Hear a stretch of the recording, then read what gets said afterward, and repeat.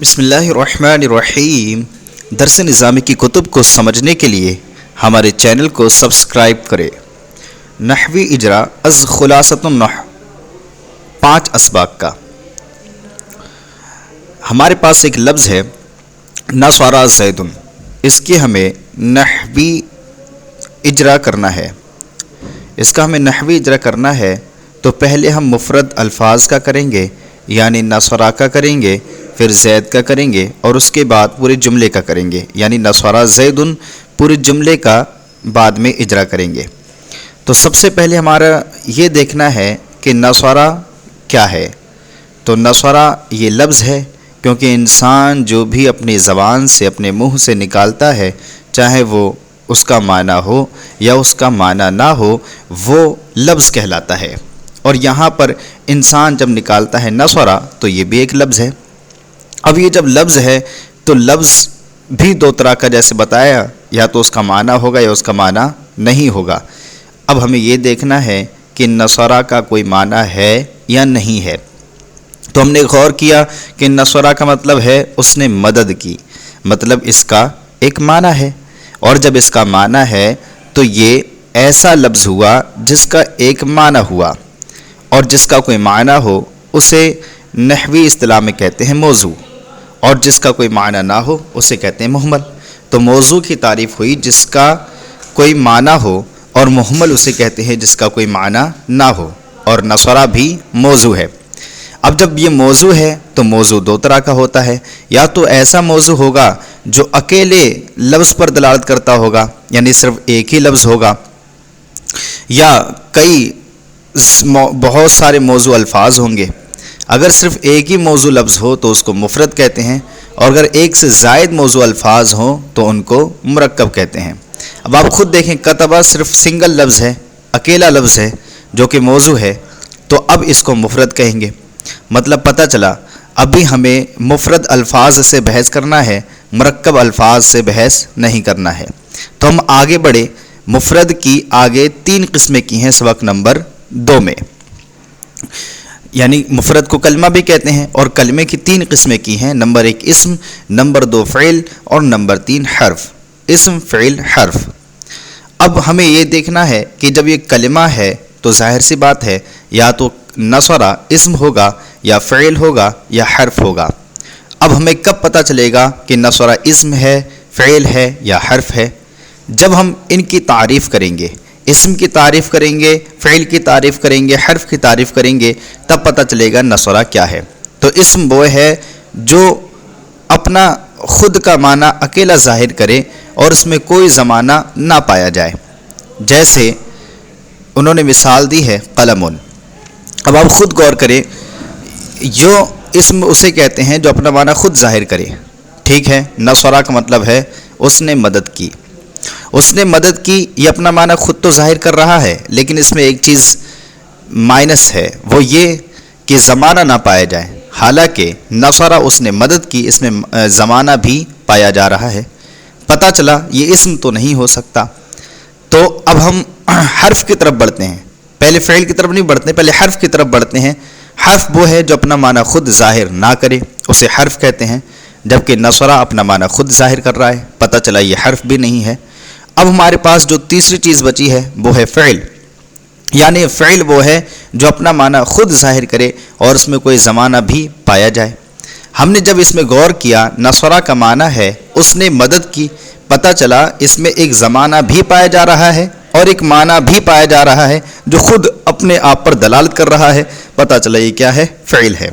یہ اسم بھی نہیں ہے، حرف بھی نہیں ہے، بلکہ یہ کیا ہے؟ فعل ہے۔ ایسی کوئی اور مثال لے لیں نصرہ کی جگہ، کتبہ، اس نے لکھا، یہ بھی ایک فعل ہے، یعنی جس میں کام بھی پایا جائے اور زمانہ بھی پایا جائے، یعنی اپنا معنی خود بھی ادا کرے اور اپنے زمانہ ماضی یا کسی بھی زمانہ مستقبل، زمانہ حال پر بھی دلالت کرے، بھی پایا جائے، تو اسے فعل کہتے ہیں۔ اب جب ہم نے کہا کہ زمانہ پایا جا رہا ہے تو یہاں پر یہ سوال اٹھے گا، جب یہ فعل ہے تو اس میں کون سا زمانہ پایا جا رہا ہے؟ زمانہ ماضی پایا جا رہا ہے، یا زمانہ حال پایا جا رہا ہے، یا زمانہ مستقبل پایا جا رہا ہے؟ تو آپ نے غور کیا اس کا مطلب ہے، اس کا ترجمہ ہے نصرہ، اس نے مدد کی، اس میں زمانہ ماضی پایا جا رہا ہے، اس میں زمانہ ماضی پایا جا رہا ہے۔ دوسری بات یہ ہے کہ اگر یہ فعل ہے تو ظاہر سی بات ہے فعل کی کوئی نہ کوئی نشانی بھی ہوگی، اس میں فعل کی نشانی کیا ہے؟ تو ہم نے فعل کی علامات دیکھیں، جیسے کہ فعل کی علامات یہاں پر لکھی ہیں، قد کا ہونا، سین کا ہونا، سوفا کا ہونا، ماضی کا ہونا، مضارع کا ہونا، امر کا ہونا، نہیں کا ہونا، ان میں سے کوئی نہ کوئی اس میں علامت بھی ہونی چاہیے۔ جو فعل کی علامات سبق نمبر 2 میں خلاصۃ النحو میں لکھی ہیں، تو ہم نے غور کیا اس میں جو علامت پائی جا رہی ہے وہ ہے علامت ماضی، یعنی نصرہ، اس نے مدد کی، مطلب پتہ چلا اس میں زمانہ ماضی پایا جا رہا ہے۔ تو یہ ہوئی ہمارے اسم کی علامتیں، اور یہ ہوئی ہمارے حرف کی علامتیں۔ حرف کی علامت کیا ہوگی؟ حرف کی علامت یہ ہوگی کہ جب اسم اور فعل کی کوئی علامت نہ ہو تو حرف کی علامت ہے۔ تو یہاں پر جو پایا جا رہا ہے نصرہ میں زمانہ ماضی پایا جا رہا ہے، جو کہ ایک فعل کی علامت ہے، پتہ چلا یہ فعل ہے نہ کہ اسم ہے۔ اب آگے اور چلتے ہیں، سبق نمبر 3 کا اس میں اجرا کرتے ہیں، معرفہ اور نکرہ کا بیان ہے۔ معرفہ اور نکرہ جو ہے اسما ہو سکتے ہیں، افعال نہیں ہو سکتے۔ معرفہ اور نکرہ کا جو تعلق ہے، اس کی جو بحث ہے وہ اسما سے ہوتی ہے، افعال سے نہیں ہوتی ہے۔ پتہ چلا نصرہ کا اس میں اجرا نہیں ہوگا، اس کا اجرا جو ہے اسما میں ہوتا ہے۔ آگے ہم نے دیکھا، آگے جو سبق آ رہا ہے سبق نمبر 4، مذکر اور مؤنث۔ یہ مذکر اور مؤنث کا ہونا یہ بھی اسما میں ہوتا ہے، افعال میں نہیں ہوتا۔ اب آپ کے ذہن میں سوال آئے گا کہ ہم نے دیکھا ہے فعالا یہ مذکر کا صیغہ ہے، فعالت یہ مؤنث کا صیغہ ہے، تو مذکر اور مؤنث تو اس میں ہے۔ تو ہم آپ کو بتا دیں فعالا کا ترجمہ آپ کیا کریں گے؟ اس ایک مرد نے کیا، اور فعالت کا ترجمہ آپ کیا کریں گے؟ اس ایک عورت نے کیا۔ تو یہاں پر جو فعالہ اور فعالت مذکر اور مؤنث ہے، یہ اسم ہونے کے اعتبار سے ہے، مطلب اس میں فعالہ میں ہوا ضمیر نکلے گی اور فعالت میں ہیا ضمیر نکلے گی، تو یہ علامت جو ہے یہ بھی مؤنث اور مذکر کی ہے، کیونکہ فعل کا مطلب تو صرف یہ ہوتا ہے کیا، کرے گا، کرتا ہے۔ تو اس میں مذکر مؤنث کہاں ہے؟ وہاں پر جو آپ کو مذکر اور مؤنث دکھائی دیا فعل میں، فعل کے اندر بھی، وہ فعل کے اندر بھی مذکر مؤنث اصل میں اسما ہی ہیں، جو کہ ہوا ضمیر اور ہیا ضمیر کی شکل میں پوشیدہ نکلتے ہیں۔ پتہ چلا فعل کی بحث اس سے بھی تعلق نہیں رکھتی ہے، وہ صرف اور صرف اسما سے تعلق رکھتی ہے۔ آگے سبق نمبر 5 ہے ہمارا واحد تثنیہ جمع۔ تو واحد تثنیہ اور جمع کا ہونا یہ بھی فعل کی بحث سے تعلق نہیں رکھتا، بلکہ یہ اسما کے بحث سے تعلق رکھتا ہے، کیونکہ فعل جو ہوتا ہے نہ واحد ہوتا ہے، نہ تثنیہ ہوتا ہے، نہ جمع ہوتا ہے۔ اب آپ کہیں گے کہ ہم نے تو دیکھا ہے یہ واحد بھی ہوتا ہے، تثنیہ بھی ہوتا ہے، جمع بھی ہوتا ہے، جیسے کہ فعالہ یہ واحد کا صیغہ ہے، تثنیہ فعلا یہ تثنیہ کا صیغہ ہے، فعلو یہ جمع کا صیغہ ہے۔ تو ہم آپ کو بتا دیں کہ فعلا، فعلا، فعلو یہ اصل میں ضمائر ہیں، اس کے آخر میں ان کی وجہ سے واحد تثنیہ جمع ہو رہا ہے۔ فعلا میں الف ضمیر ہے اس لیے ہم تثنیہ کہہ رہے ہیں، فعلو میں جمع واو ضمیر ہے اس لیے ہم جمع کہہ رہے ہیں۔ تو دراصل یہ ضمائر ہیں جن کی وجہ سے ہم واحد تثنیہ اور جمع کہہ رہے ہیں۔ اور آپ کو پتہ ہے ضمائر کیا ہوتے ہیں؟ اسما ہوتے ہیں، افعال ہوتے ہیں۔ یقیناً آپ کہیں گے وہ افعال نہیں ہوتے بلکہ وہ تو اسما ہوتے ہیں۔ جب اسما ہوتے ہیں تو پتہ چلا وہ فعل سے تعلق، واحد تثنیہ اور جمع کا ہونا یہ فعل سے تعلق نہیں رکھتا ہے بلکہ اسما سے تعلق رکھتا ہے، کیونکہ ہم نے آپ کو بتا دیا فعل کا معنی تو صرف اتنا ہوتا ہے کیا، کرتا ہے، کرے گا، بس۔ تو پتہ چلا ہمارے سبق نمبر 5 تک ہمارا کتبہ کا، نصرہ کا اجرا ہو گیا۔ اب ایک لفظ ہمارے پاس اور تھا زیدن۔ اب زیدن کا ہم شروع سے پھر سے، کیونکہ ہم نے بتایا تھا مفرد الفاظ کا پہلے اجرا کریں گے، تو پھر سے ہم زیدن کا اجرا کرتے ہوئے لے کر آتے ہیں شروع سے۔ تو سب سے پہلے تو آپ کو معلوم ہے انسان جو بھی بولتا ہے وہ ایک لفظ ہوتا ہے، تو زید کسی نے بولا یہ بھی ایک لفظ ہے۔ اب اس لفظ کو دیکھنا ہے کہ اس لفظ کا کوئی معنی ہے یا معنی نہیں۔ تو زید کسی کا نام ہے، مطلب معنی ہے اس کا۔ کیونکہ کسی انسان کے بارے میں بولا جا رہا ہے. لفظ جیسے ہی زید بولا اس سے کسی انسان کی طرف ہماری فوراً توجہ چلی گئی، مطلب اس کا کوئی معنی بھی ہے جو ذات موضوع ذات زید پر دلالت کر رہا ہے. تو اب یہ موضوع ہوا، کیونکہ محمل تو وہ ہے جس کا کوئی معنی نہ ہو، موضوع وہ ہے جس کا کوئی معنی ہو. اور ہم نے زید جب کہا تو ذات زید کی طرف ہمارا فوراً ذہن چلا گیا، تو پتہ چلا یہ موضوع ہے. پھر آپ کو پتہ ہے موضوع کی دو قسمیں ہیں. ایک موضوع وہ ہوتا ہے جو اکیلے موضوع لفظ پر دلالت کرے، اور ایک وہ ہوتا ہے جو ایک سے زائد موضوع الفاظ کے مجموعہ پر دلالت کرے. یعنی لفظ دو طرح کا ہوتا ہے. ایک لفظ وہ ہوتا ہے جو اکیلے موضوع لفظ پر دلالت کرے، ایک لفظ وہ ہوتا ہے جو ایک سے زائد موضوع الفاظ کے مجموعہ پر دلالت کرے. اور یہاں پر آپ نے دیکھا زید ایک سنگل لفظ ہے، پتہ چلا یہ مفرد یا کلمہ ہے. جب یہ مفرد یا کلمہ ہے تو اب یہاں پر ہماری بحث مرکبات سے تو ہوگی ہی نہیں بلکہ مفردات سے ہوگی. جب مفردات سے ہوگی تو اب مفرد کی بحث کی طرف آئیں گے. تو مفرد میں ہم نے دیکھا کہ سبق نمبر 2 میں مفرد کی وہی 3 قسمیں کی ہیں جو پہلے ہم پڑھ چکے ہیں. نمبر 1 اسم، نمبر 2 فعل، اور نمبر 3 حرف. اب زید کیا ہے ہمیں یہ ڈیفائن کرنا ہے، پتہ کرنا ہے اسم ہے، فعل ہے یا حرف ہے. تو ہم نے ان کی پہلے تعریف کو دیکھنا ہے. اگر ہمیں تعریف پتہ چل گئی تو پتہ چل جائے گا کہ زید اسم ہے یا فعل ہے یا حرف ہے. تو اسم کی تعریف یہاں پر یہ کی ہے جو کلمہ اکیلا اپنا معنی ظاہر کرے اور اس میں کوئی زمانہ نہ پایا جائے اسے اسم کہتے ہیں. اب دیکھیں زید ہے، جب میں نے زید کہا تو آپ کو اس کا معنی خود اسی سے سمجھ میں آ گیا نہیں آ گیا؟ آپ بتائیں مجھے، کیا عمر کو اس میں ملانے کی ضرورت پڑی؟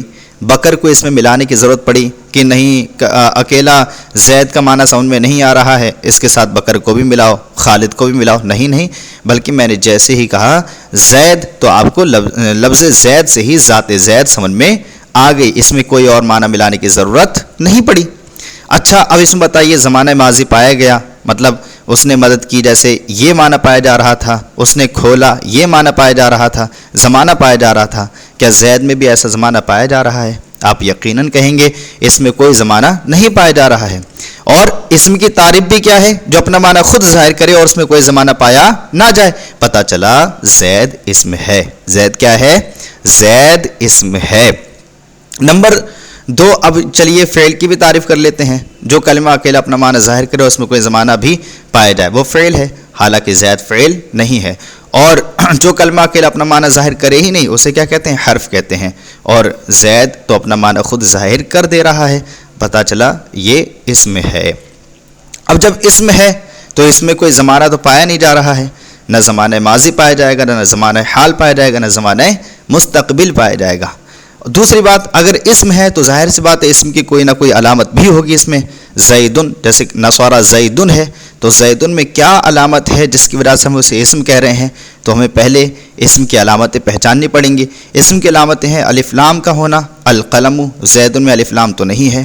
حرف جر کا ہونا، فی دارن، اس میں حرف جر بھی نہیں ہے. جر کا ہونا، ولد زیدن، جیسے زیدن پہ 2 زیر آ رہے ہیں، نصارہ زیدن میں 2 زیر تو نہیں آ رہے ہیں. تنوین کا ہونا، رجلن، جیسے تنوین کا ہونا رجلن، یہاں پر زیدن میں یہی علامت پائی جا رہی ہے. جو کہ نصارہ زیدن میں زیدن جو آیا تھا اس میں تنوین ہی پائی جا رہی ہے، اسی وجہ سے ہم اس کو اسم کہہ رہے ہیں. اگر ان میں سے کوئی بھی علامت اور بھی پائی جاتی تب بھی ہم اسے کیا بولتے؟ اسم ہی بولتے. گولتا کا ہونا، قراستن، یہ بھی ایک اسم کی علامت ہے. پتہ چلا ہمارا سبق نمبر 2 کا بھی اجرا ہو گیا. اب چلتے ہیں سبق نمبر 3 کی طرف. سبق نمبر 3 ہمارا معرفہ اور نکرہ کا ہونا. میں نے آپ کو بتا دیا معرفہ اور نکرہ کا ہونا یہ صرف اور صرف اسما سے تعلق رکھتا ہے. جب اسما سے تعلق رکھتا ہے اور یہ بھی زید بھی ایک اسم ہے تو ظاہر سی بات ہے معرفہ ہوگا یا نکرہ ہوگا. اب ہمیں پہچاننا یہ ہے کہ پہلے معرفہ کہتے کسے ہیں، نکرہ کہتے کسے ہیں. تو فرما رہے ہیں جس اسم سے معین چیز سمجھی جائے اسے معرفہ کہتے ہیں جیسے زیدن، اور جس اسم سے معین چیز نہ سمجھی جائے اسے نکرہ کہتے ہیں جیسے حجرن. اب دیکھیے میں نے جب کہا زیدن تو ویسے ہی جیسے میں نے کہا ویسے ہی آپ کو اس کے ذات زید کی طرف فوراً آپ کا ذہن چلا گیا. پتہ چلا یہ ایک معرفہ چیز ہے، ایک معین چیز ہے. جیسے ہی میں نے آپ سے کہا زید، فوراً اس کے ذات کی طرف آپ کا ذہن چلا گیا. ایسے خالد کہا تو ذات خالد کی طرف ذہن چلا گیا. ایسے ہی میں نے کہا لال قلعہ تو لال قلعہ کی طرف ذہن چلا گیا. تو یہ ساری کی ساری معین چیزیں ہیں. حالانکہ نکرہ کسے کہتے ہیں؟ جس میں کوئی معین چیز نہ سمجھی جائے. جیسے کہ میں کہوں کوئی آدمی، کوئی عورت، تو کوئی آدمی تو ہر کوئی ہے نا. جیسے آپ زید کو کہیں گے کوئی آدمی، عمر کو بھی کوئی آدمی کہہ سکتے ہیں، خالد کو بھی کوئی آدمی کہہ سکتے ہیں. ایسی عورت، کوئی زینب کو بھی کوئی عورت کہہ سکتے ہیں، فاطمہ کو بھی کوئی عورت کہہ سکتے ہیں، تو وغیرہ وغیرہ. تو یہ نکرہ ہیں. اور جو میں نے آپ کو پہلی مثال دی وہ کیا ہیں؟ معرفہ ہیں. اب معرفہ کی کچھ قسمیں ہیں، تو ہمیں یہ دیکھنا ہے کہ یہ جو زیدن ہے یہ معرفہ کی کون سی قسم میں سے، اگر یہ معرفہ ہے تو معرفہ کی کون سی قسم میں سے ہے. تو معرفہ کی اقسام جو ہیں وہ 7 ذکر کی گئی ہیں خلاصۃ النحو میں. اس میں معرفہ کی 7 قسمیں ہیں. نمبر 1 اس میں ضمیر ہے. اس میں ضمیر وہ اسم جو متکلم مخاطبی غائب پر دلالت کرے. انا، انت، ہوا. اس میں ضمیر کو مضمر بھی کہتے ہیں. تو آپ کو پتہ ہے زید یہ اس میں ضمیر تو نہیں ہے، کیونکہ اس میں ضمیر یا تو متکلم کی جگہ پر بولی جاتی ہے، یا مخاطب کی جگہ پر بولی جاتی ہے، یا غائب پر دلالت کرتی ہے، جیسے انا، انت، ہوا. حالانکہ زید تو ایک نام ہے. اب آگے فرما رہے ہیں اس میں ضمیر کے علاوہ باقی ہر اسم کو اس میں ظاہر یا مظہر کہتے ہیں. یہ الگ بحث ہے. اب دوسری جو قسم ہے معرفہ کی وہ یہ ہے اسم علم. وہ اسم جو کسی شخص یا جگہ یا کسی چیز کا خاص نام ہو، جیسے بکرن، مکہ، النحو. ہم دیکھیں زید بھی کسی شخص کا نام ہے. جب کسی شخص کا نام ہے پتہ چلا اس میں جو معرفہ کی علامت پائی جا رہی ہے وہ اس میں علم ہونا پایا جا رہا ہے، اور اس میں علم ہونا بھی یہ معرفہ کی ایک علامت ہے. لیکن آئیے ہم جو 5 قسمیں اور بچی ہیں معرفہ کی ان کو بھی دیکھ لیتے ہیں. نمبر 3 اس میں اشارہ کا ہونا، یہ بھی ایک معرفہ کی قسم ہے. یعنی اگر کہیں آپ کو اس میں اشارہ دکھتا ہے، اگر آپ نحو پڑھے ہوں گے تو آپ کو پتہ ہوگا اس میں اشارہ کسے کہتے ہیں. جس کے ذریعے کسی چیز کی طرف اشارہ کیا جائے اس کو اس میں اشارہ کہا جاتا ہے، جیسے ہاذا، ہذہ، ذالک، تلک. تو اس میں اشارہ ہونا بھی معرفہ کی علامت ہے. ایسے ہی اس میں موصول وہ اسم جو بعد والے جملے سے مل کر کسی جملے کا جز بنتا ہے، الذی، اللتی، یہ بھی معرفہ کی علامت ہے. جیسے کہ میں نے کہا وہ کتاب جو تمہارے پاس ہے وہ میری ہے، تو وہ کتاب جو تمہارے پاس ہے جو لفظ آیا یہ اس میں موصول ہے اردو میں، اور الذی، اللتی ایسے ہی اس میں موصول ہوتے ہیں عربی میں. اگر یہ آ جاتے ہیں تو یہ بھی معرفہ کی اقسام میں سے ہوتے ہیں. معرب باللام ہونا یہ بھی معرفہ کی قسم ہے. یعنی وہ اسم جس کے شروع میں الف لام ہو، جیسے الکتاب. اگر آپ کہیں پر بھی کسی اسم کے شروع میں الف لام دیکھ لیں تو وہ یاد رکھیں معرفہ ہوگا. معرب بالاضافت ہونا وہ اسم جو معرفہ کی طرف مضاف ہو، جیسے قلم و زیدن، تو یاد رکھیں یہ بھی معرفہ کی علامت ہے. یعنی کوئی اسم جو معرفہ کی طرف مضاف ہو وہ بھی معرب بالاضافت، وہ بھی معرفہ ہو جاتا ہے. جو اوپر آپ کو جیسے ذکر کیے گئے تھے اس میں علم، اگر اس میں علم کی طرف مضاف ہو گیا یہ بھی معرفہ ہے، تو معرفہ کی طرف مضاف ہو گیا تو یہ بھی معرفہ ہو جائے گا. اس میں اشارہ کی طرف اگر آپ نے اضافت کر دی تو جو جس کی اضافت کی جائے گی وہ بھی معرفہ ہو جائے گا. اس میں موصول کی طرف آپ نے کسی کی اضافت کر دی تو جس کی اضافت کی جائے گی وہ بھی معرفہ ہو جائے گا. ایسے معرب باللام کی طرف اگر آپ نے اضافت کر دی تو وہ بھی کیا ہو جائے گا؟ معرفہ ہو جائے گا. تو بتا رہے ہیں معرب باللام وہ اسم جو معرفہ کی طرف مضاف ہو وہ بھی معرفہ ہوتا ہے. آگے ہے معرب بالندا، وہ اسم جس کے شروع میں حرف ندا ہو، جیسے یا رجلو. اگر آپ کسی شخص کو یا رجلو کہہ کے پکارتے ہیں، حرف ندا کے ذریعے پکارتے ہیں، تو حرف ندا کے ذریعے پکارنا بھی معرفہ کر دیتا ہے. کیونکہ ظاہر سی بات ہے آپ کسی شخص کو اگر پکار رہے ہیں اے آدمی، تو وہ اے آدمی آپ کے لیے متعین ہو گیا، تب نہ اسے کہہ رہے ہیں اے آدمی. ہاں اگر کوئی اندھا پکارتا ہے، جیسے وہ کہیں گر گیا اور کہہ رہا ہے خود بیدی، یا رجلن خود بیدی، تو اب یہ نکرہ ہے، یہ معرفہ نہیں ہے، کیونکہ وہ دیکھ نہیں رہا ہے. اگر دیکھ کر کے کسی کو پکارے گا تو معرفہ ہو جائے گا، لیکن اگر بغیر دیکھے یا اندھا ہے وہ کہہ رہا ہے تو اب یہ کیا ہے؟ نکرہ ہو جائے گا. کیوں معرفہ اسی وقت ہوگا جب اس کو پہچانتا ہو. اب ہم اجرا کرتے ہیں سبق نمبر 4 میں مذکر اور مؤنث ہونے کے اعتبار سے. تو ہمیں اب یہ دیکھنا ہے کہ یہ جو ہمارے پاس لفظ زید ہے یہ مذکر ہے یا مؤنث ہے. تو اب پہلے ہمیں مذکر اور مؤنث کی تعریف کو ڈیفائن کرنا پڑے گا کہ مذکر اور مؤنث کہتے کسے ہیں. تو فرماتے ہیں جس اسم میں تانیث کی علامت نہ ہو اسے مذکر کہتے ہیں. تانیث یعنی مؤنث کی علامت. مؤنث تانیث کی علامت آگے بتائیں گے 3 ہیں، لیکن اس سے پہلے آپ اتنا دیکھ لیجئے جس اسم میں تانیث کی علامت نہ ہو اسے مذکر کہتے ہیں جیسے غلام، اور جس اسم میں تانیث کی علامت ہو اسے مؤنث کہتے ہیں جیسے امرأۃ اور ظلمۃ۔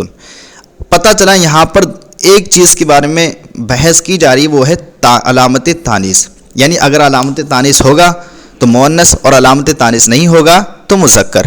اب تانیث کی علامت ہمیں ڈیفائن کرنا ہے، تبھی پتہ چلے گا لفظ زید مؤنث ہے یا مذکر ہے۔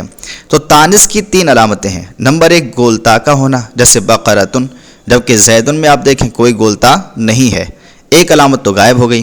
نمبر 2 الف مقصورہ کا ہونا جیسے بشرا، جو آخر میں آپ کو الف چھوٹا سا دکھ رہا ہے اس کو الف مقصورہ کہتے ہیں، الف مقصورہ کا ہونا جیسے بشرا۔ اب دیکھیے زیدن کے آخر میں کوئی الف مقصورہ تو ہے نہیں، پتہ چلا یہ بھی علامت اس میں مائنس ہے، نہیں ہے۔ نمبر 3 ہے تانیث کی علامت، وہ ہے الف ممدودہ کا ہونا جیسے صفراء۔ ہم دیکھیں الف ممدودہ بھی لفظ زید میں نہیں پایا جا رہا ہے۔ پتہ چلا یہاں پر جو 3 علامتیں بیان کی گئی تھیں ان میں سے کوئی بھی علامت لفظ زید میں نہیں پائی جا رہی ہے۔ پتہ چلا یہ مؤنث نہیں ہے بلکہ کیا ہے، مذکر ہے۔ فائدہ، اسم کے آخر میں جس الف کے بعد حمزہ نہ ہو اسے الف مقصورہ، اور جس الف کے بعد حمزہ ہو اسے الف ممدودہ کہتے ہیں، صغرا حمراء۔ یعنی بتا رہے ہیں اگر حمزہ کے بعد الف کے بعد حمزہ نہ ہو تو الف مقصورہ، جیسے دیکھیے آپ صغرا میں الف کے بعد حمزہ نہیں ہے تو یہ الف مقصورہ ہے، یہاں پر حمراء میں الف کے بعد حمزہ ہے تو یہ الف ممدودہ ہے۔ ابھی جب مؤنث ہے ہی نہیں تو مؤنث سے اب بحث بھی نہیں کریں گے کہ مؤنث کی کتنی قسمیں ہیں، مؤنث کیا ہے، کیونکہ ہمیں بتا دیا کہ مؤنث کی جب یہ لفظ زید مؤنث ہے ہی نہیں تو اب اس سے بحث ہوگی ہی نہیں، وہ اپنے آپ دیکھ لیجیے گا۔ اتنا ہمیں ڈیفائنڈ ہو گیا کہ لفظ زید کیا ہے، مذکر ہے، مؤنث نہیں ہے۔ آگے واحد، تثنیہ اور جمع کا بیان ہے، تو ہمیں اب دیکھنا ہے، ظاہر سی بات ہے جب یہ اسماء سے تعلق رکھتے ہیں واحد تثنیہ جمع، میں نے آپ کو پہلے بتا دیا، تو یا تو یہ لفظ زید واحد ہوگا یا تثنیہ ہوگا یا جمع ہوگا۔ اب ہمیں دیکھنا ہے یہ واحد ہے، تثنیہ ہے، جمع ہے، تو پہلے ہمیں اس کی تعریف پتہ ہونی چاہیے تب ہمیں پتہ چلے گا۔ تو تعداد کے لحاظ سے اسم کی 3 قسمیں، واحد، تثنیہ اور جمع۔ واحد کسے کہتے ہیں؟ جس اسم سے ایک فرد سمجھا جائے اسے واحد یا مفرد کہتے ہیں جیسے مسلمن، اور جس اسم سے 2 افراد سمجھا جائے اسے تثنیہ مثنیٰ کہتے ہیں جیسے مسلمانی، اور جس اسم سے 2 سے زائد افراد سمجھے جائے اسے جمع یا مجموع کہتے ہیں جیسے مسلمون۔ اب آپ دیکھیں یہاں پر کہا گیا جس اسم سے ایک لفظ سمجھا جائے، ایک فرد سمجھا جائے اسے واحد یا مفرد کہتے ہیں۔ پتہ چلا یہ جو ہمارے پاس لفظ زید ہے یہ صرف اور صرف ایک ذات زید پر ہی دلالت کر رہا ہے، اور جب ایک ذات زید پر ہی دلالت کر رہا ہے تو یہ واحد یا مفرد ہوا، نہ تثنیہ ہے نہ جمع ہے۔ تو اسی سے پتہ چل گیا کہ یہ واحد ہے، تثنیہ اور جمع نہیں ہے۔ اور جب یہ تثنیہ اور جمع نہیں ہے تو ابھی ہم اس سے بحث بھی نہیں کریں گے، بلکہ ہم صرف واحد سے بحث کرنے والے تھے، اور واحد کی کوئی آگے بحث نہیں کی گئی ہے تو اس لیے ہم اس کی ابھی بحث نہیں کریں گے۔ اب ہم پھر سے شروع میں چلتے ہیں، اب ہم پورے جملے کا اجرا کرتے ہیں۔ جیسے کہ ہمارے پاس پورا جملہ کیا تھا، نصر زیدن، تو نصر زیدن جو ہے یہ ایک مرکب لفظ ہے۔ نصر زیدن بھی یاد رکھیں، نصر زیدن کا مطلب ہے زید نے مدد کی۔ جب زید نے مدد کی تو یہ بھی ایک لفظ ہے اور اس کا ایک معنی ہے، اور جب ایک معنی ہے تو یہ موضوع ہوا، مہمل نہیں ہوا۔ اب موضوع کی 2 قسمیں ہیں، مفرد اور مرکب۔ اکیلے موضوع لفظ کو مفرد کہتے ہیں، اور ایک سے زائد موضوع الفاظ کو مجموعہ کو مرکب کہتے ہیں۔ اور جو یہ مرکب، جب یہ یہاں پر آپ دیکھیں کتبہ نصر زیدن میں بھی نصر اور زیدن دونوں کے معنی ہیں، یعنی دونوں موضوع الفاظ ہیں، اور ایک سے زائد ہیں تو یہ مرکب ہوگا۔ اب مرکب ہے تو مرکب کی پھر 2 قسمیں ہیں، مرکب کی 2 قسمیں، مرکب ناقص، مرکب تام۔ مرکب ناقص کی تعریف اور مرکب تام کی تعریف سے سمجھ میں آئے گا کہ نصر زیدن جو لفظ آیا ہے یہ مرکب ہے یا ناقص ہے۔ تو وہ تعریف کرتے ہیں مرکب ناقص کی، جس مرکب میں بات مکمل نہ ہو اسے مرکب ناقص یا مرکب غیر مفید کہتے ہیں، اور جس مرکب میں بات مکمل ہو جائے اسے مرکب تام کہتے ہیں۔ اب دیکھیں یہاں پر میں نے جب کہا نصر زیدن، زید نے مدد کی، تو کیا آپ کو کوئی بات مکمل معلوم ہوئی یا نہیں ہوئی؟ آپ ظاہر سی باتیں کہیں گے کہ بات تو مکمل ہو گئی، کیونکہ زید نے مدد کی، پتہ چل گیا کہ کیا ہوا تھا، کیا کام ہوا تھا۔ زید نے پانی پلایا، یہ والا کام نہیں ہوا تھا۔ زید نے کھانا کھلایا، یہ والا کام نہیں ہوا تھا، بلکہ زید نے مدد کی، یہ والا کام ہوا تھا، بات مکمل ہو گئی۔ لیکن میں کہوں مثال کے طور پر زید کا کبوتر، چھوٹا لڑکا یہ ساری کی ساری ایسی ہیں چیزیں جن سے بات مکمل نہیں ہو رہی ہے. تو جن میں بات مکمل نہ ہو اسے مرکب ناقص سے مرکب غیر مفید کہتے ہیں, اور جن میں بات مکمل ہو جائے اسے مرکب تام کہتے ہیں. پتہ چلا یہ نصر زیدن جو ہے یہ مرکب تام ہے, مرکب ناقص نہیں ہے. آگے فرما رہے ہیں ظاہر سی بات ہے جب یہ مرکب ہے تو یاد رکھیں یہاں بتا رہے ہیں مرکب تام کو مرکب مفید جملہ اور کلام بھی کہتے ہیں. یعنی ہمارا جو لفظ زید جو نصر زیدن لفظ جو آئے ہیں, نصر زیدن جو جملہ ہے یہ ہمارا مرکب مفید بھی ہے, جملہ بھی ہے اور کلام بھی ہے. تو آپ اس کو مرکب مفید بھی کہہ سکتے ہیں, نصر زیدن کو جملہ بھی کہہ سکتے ہیں اور کلام بھی کہہ سکتے ہیں. جب جملہ بھی کہہ سکتے ہیں کلام بھی کہہ سکتے ہیں تو جملہ اب بتا رہے ہیں 4 طریقے کا ہوتا ہے, جس میں سے پہلا اسمی اور فعلیہ ہونے کے اعتبار سے, اور دوسرا خبریہ اور انشائیہ ہونے کے اعتبار سے. اس کو بھی دیکھ لیتے ہیں ہمارا جملہ یہ جملہ فعلیہ ہے یا جملہ اسمیہ ہے. دوسری طریقے سے اگر جملے کی قسم کی جائے, اقسام کی جائیں, تو جملہ ہمارا خبریہ ہے یا جملہ انشائیہ ہے. تو نصر زیدن ہمیں 2 طریقے سے دیکھنا ہے. تو فرما رہے ہیں پہلے ہمیں جملہ فعلیہ جملہ اسمیہ کی تعریف پتہ ہونی چاہیے. تو فرما رہے ہیں جس جملے کا پہلا جز اسم ہو اسے جملہ اسمیہ کہتے ہیں, جس جملے کا پہلا جز فعل ہو اسے جملہ فعلیہ کہتے ہیں. اب خود غور کیجئے نصر زیدن, یہ نصر زیدن جو ہے ہمارا جملہ جو شروع ہو رہا ہے وہ کس جز سے شروع ہو رہا ہے؟ آپ غور کریں تو پتہ چلے گا نصر لفظ سے شروع ہو رہا ہے. اور نصر لفظ کیا ہے, فعل ہے یا اسم ہے؟ ابھی آپ کو جو ہے علامت فعل میں بتایا گیا تھا کہ اس میں زمانہ ماضی پایا جا رہا ہے. پتہ چلا یہ جملہ یہ فعل ہے, اور جب فعل ہے تو ہمارا جملہ فعلیہ ہوا نہ کہ جملہ اسمیہ ہوا. اب دوسری اقسام کر رہے ہیں جملے کی, وہ ہے اس طرح جس جملے کو سچا یا جھوٹا کہا جا سکتا اسے جملہ خبریہ کہتے ہیں, اور جس جملے کو سچا یا جھوٹا نہ کہا جا سکتا اسے جملہ انشائیہ کہتے ہیں. اب آپ خود غور کریں ہمارا جو جملہ تھا نصر زیدن, اس میں تھا زید نے مدد کی. جب زید نے مدد کی تو اب آپ کہہ سکتے نہیں کہہ سکتے, اگر اس نے مدد کی ہوگی تو آپ کہیں گے ہاں بالکل سچ بول رہے ہیں, اور اگر مدد نہیں کی ہوگی تو آپ کہیں گے آپ جھوٹ بول رہے ہیں. پتہ چلا ہمارا جملہ جو ہے جملہ خبریہ ہے, جملہ انشائیہ نہیں ہے. جملہ انشائیہ جیسے کہ مثال طور پر میں آپ سے کہوں آپ پانی لاؤ, تو میں جب آپ سے کہوں گا آپ پانی لاؤ تو پانی لاؤ لفظ سے جملے سے آپ مجھ سے یہ کہیں گے کہ آپ جھوٹ بول رہے ہیں یا آپ سچ بول رہے ہیں. یہ کام مت کرو, یہ کام مت کرو, تو آپ یہ کہیں گے کہ آپ جھوٹ بول رہے ہیں سچ بول رہے ہیں. پتہ چلا یہ جو حکم دیا تھا یہ بھی جملہ انشائیہ میں شامل ہے, اور جو یہ نہیں کیا تھا یعنی منع کیا تھا کام مت کرو یہ بھی جملہ انشائیہ میں شامل ہے. تو جملہ انشائیہ کی بہت ساری اقسام جو آگے ذکر کی جائیں گی, لیکن ہمارا جو جملہ فی الحال ہے نصر زیدن, یہ نصر زیدن جملہ خبریہ ہے, جملہ انشائیہ نہیں ہے. اب ہم نے مرکب کی بحث کو چھیڑا تھا, تو اب دیکھتے ہیں سبق نمبر 2 میں مرکب کی بحث آ رہی ہے. تو سبق نمبر 2 میں ہماری مرکب کی بحث نہیں آ رہی ہے. نمبر 3 جو ہمارا سبق ہے مذکر معرفہ نکرہ ہونا, اس میں بھی اپنے مرکب کی بحث نہیں آ رہی ہے. ایسے ہی مذکر مؤنث ہونا, اس میں بھی مرکب کی بحث نہیں ہے. ایسے ہی ہمارا واحد تثنیہ ہونا, اس میں مرکب کی بحث نہیں ہے. پتہ چلا مرکب کی بحث 5 اسباق میں سے صرف سبق نمبر 1 میں پائی جا رہی تھی, جس کا الحمدللہ عز و جل ہم نے اجرا کر لیا ہے. امید کرتے ہیں کہ آپ کو یہ سبق سمجھ میں آیا ہوگا, اور اسی طریقے سے اجراء نحوی سیکھنے کے لیے ہم سے کانٹیکٹ بھی کر سکتے ہیں, ہم سے پرسنل اجراء نحوی پڑھ بھی سکتے ہیں. 4 تاریخ سے شروع بھی ہونے جا رہا ہے, اگر آپ چاہیں تو اس میں کلاس کو اٹینڈ بھی کر سکتے ہیں. السلام علیکم ورحمۃ اللہ وبرکاتہ.